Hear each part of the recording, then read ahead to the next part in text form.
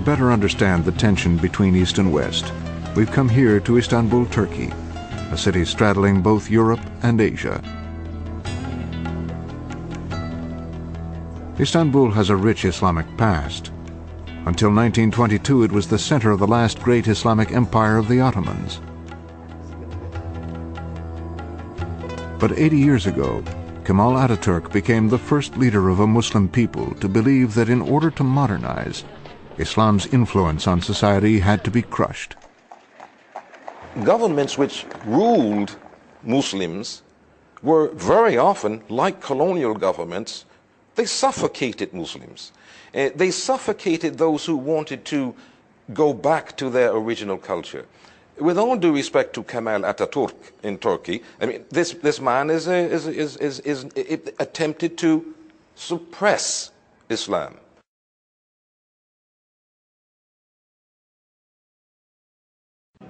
Under Ataturk, Friday ceased to be a public holiday and mosques emptied. Sharia law was replaced by Western legal codes. Islamic scholars were forced to submit to state control.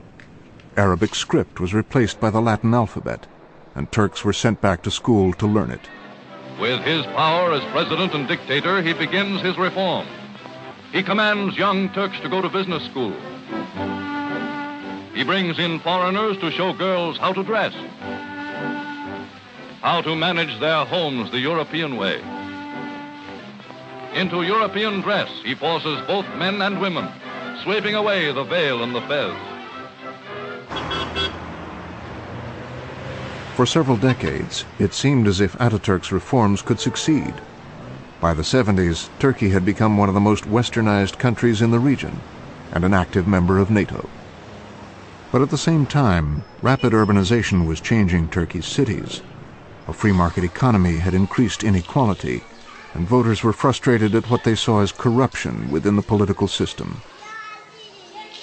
Many Muslims began to question Ataturk's belief that Islam should be removed from politics. This desire to talk about politics as being separate from Islam is something that Muslim scholars on the whole have never accepted. Why? The Prophet Muhammad was a prophet and a statesman. So pro-Islamic politicians promised to rectify a split that they saw as artificial. Turkish secular author Aysel Ekşi. It is very easy to use religion in Turkey, in other Muslim countries, as part of Turkey is very poor, and then they just believe that if the Muhammad Prophet time comes back again, they will be prosperous. And this is what they claim. By 1996, the Turkish Islamic Party had gained enough popularity to win over 20% of the national vote and came to power in a coalition government. In response, secular officials clamped down on Islam's most visible symbols. These women became victims of a crackdown on the headscarf, which was banned from all public institutions. I was studying here, this university. For 3 years I studied at Department of Physics. But the 4th year I couldn't enter because of my headscarf. They said us, you are covering your head with hijab, with scarf. You couldn't enter this university. But I studied with my headscarf for 3 years. Yeah, this building is the library of Istanbul University, and we can't, with our headscarf, even in a library, we can't go, we can't enter, we can't search in there. If we allow the girls to cover their heads, one day we would be forced to cover our heads as well. We were frightened that if we had allowed them, they would turn Turkey into Iran. The headscarf isn't an object that represents a political party or a movement. In my opinion, it's not an instrument of propaganda. For me, the headscarf is about being religious and as a symbol of Islam.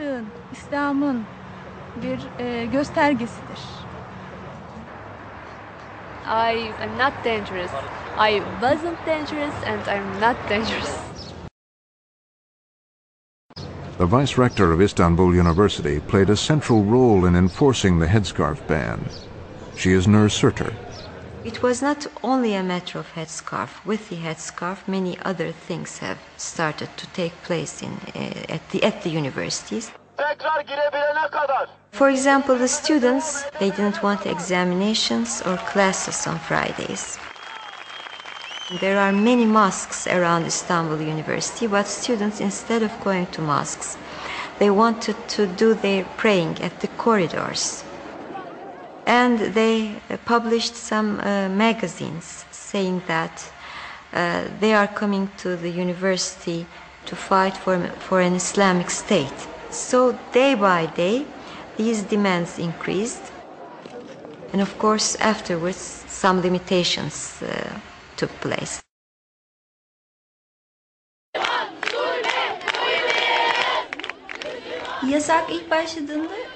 When the ban started, I was in my 4th year of medical school.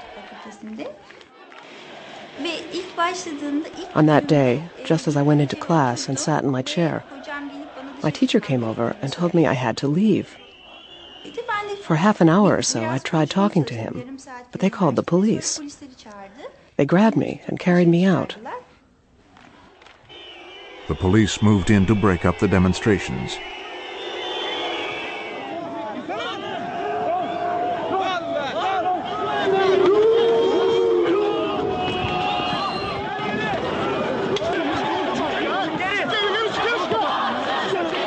These women began to work for a human rights group, counseling other students caught in the same situation and campaigning against the headscarf ban.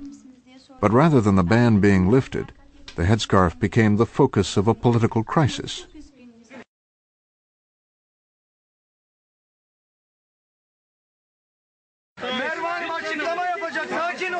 In 1999, Merve Kavacha, a 30-year-old U.S.-educated software engineer with dual U.S.-Turkish citizenship, was elected as a deputy for the Islamic Party.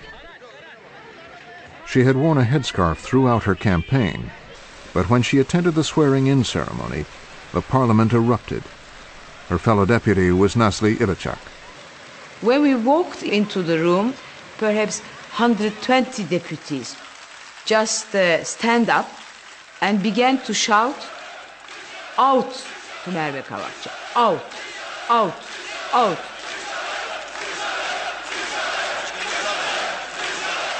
After 45 minutes, recess was declared, and Merve Kavacha was forced to leave the parliament building. Within 2 weeks, she was stripped of her Turkish citizenship. 2 years later, her party was shut down.